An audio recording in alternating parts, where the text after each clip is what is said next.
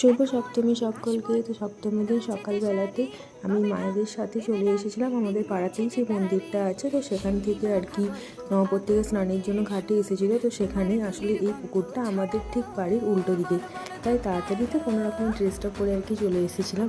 যাই হোক, তারপরে এখানে একে একে সমস্ত ঘট আর কি মানে নিয়ে যাওয়া হচ্ছিলো। তারপরে বন্ধুরা ফোন করাতে ওই 8টা ওরকম টাইমে সর্বজনীতে গেছিলাম।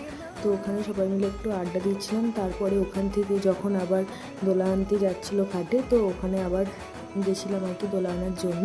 তো আসলে সেখানে অনেক বড় করে আর কি দোলা আনতে যাওয়া হয়, সবাই নাচ করতে করতে যাই আর কি, প্রচণ্ড বক্স বাজে, তো খুব মজা হয় আর কি। আর পুজোর এই কটা দিন তো সব বন্ধুরা আমরা একসাথে হই, প্রচণ্ডই আর কি ঠাট্টা আর কি হয়, আর অনেক ছবিও তুলেছিলাম। তো এটা হচ্ছে আমাদের পুরনো বাড়ির ওদিকে আর কি ঘরটা আনতে আসা হয়।